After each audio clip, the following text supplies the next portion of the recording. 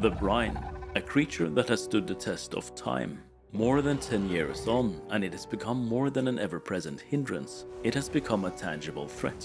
This is not the first time we've talked about this monster. We covered a lot of speculation and theory previously, and with the release of Dragon's Dogma 2, it's safe to say that much of what we proposed was true. It was also wrong, but not for reaching too far. No, we didn't reach far enough. The Brine is a creature that haunts the waters of the world. No matter if the water is fresh, or salty, or stagnant, or even cut off for centuries, the Brine is there. It makes swimming or deep-sea fishing impossible, and sea travel impractical at best. It is intangible, and is capable of swallowing a being as powerful as the Seneschal. We posited that having such an ability may have meant it was made too powerful by a previous Seneschal. In reality, it was made exactly that powerful by design, by a being even higher than the Seneschal, the Pathfinder. We've also since learned that the Brine doesn't just attack people and creatures, it will attack entire ships. But why? To protect the status quo. It limits contact between land masses, preventing international trade of goods, and more importantly, of information. Whatever the various people of the world may know, they have no choice but to keep it to themselves. The Pathfinder, or those above them if there are any, have a story for the world, and the Brine is their agent in enforcing their narrative. This is why Risen or Seneschals consumed are spit back out.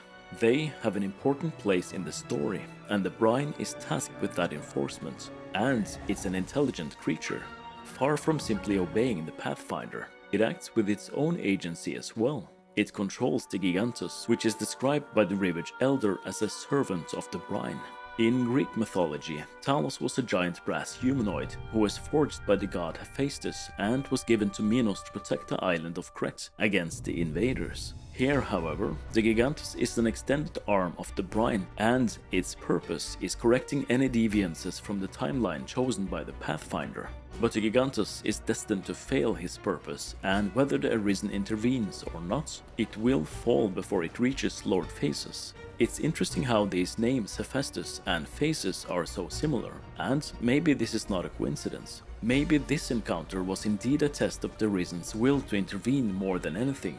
Perhaps the Watcher even needed Phaesus to succeed for his grand plan to be put in motion, since it is in the end the dragon that stops Phaesus and not the Brine directly. I believe the Brine and Watcher are not two separate entities, but rather two sides of the same coin, where the Watcher represents creation and the Brine its destruction. This is evident in the Brine dragons, or Purgeners, who are summoned to bring about the end times of this world. In the unmoored world, the Brine leaves its watery vessel and envelops our world like a thin veil. This world is untied and released from time and space entirely. This is merely allowed by the Watcher as a last effort to sway our will and for the Arisen to accept his role as the new sovereign.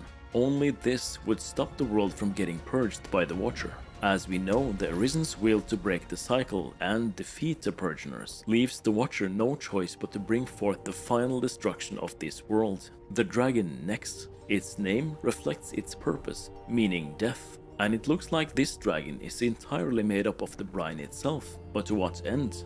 To protect the cycle, to see the story told in the manner in which it was written, to prevent anyone, even Arisen or Seneschals, from deviating from the path laid out. And to a degree, it has both options and the ability to intelligently choose between them.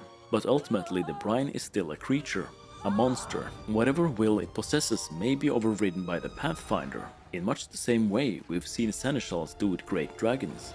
More than that, we even see evidence that a pawn that's undergone sufficient bestowal may take control of the Brine.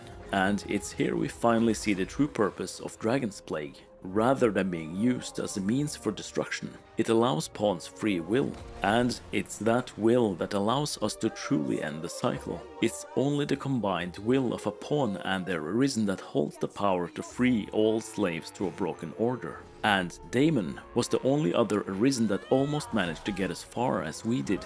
It's curious also how similar the dragon face in Daemon's chest and necks are for it to be any coincidence.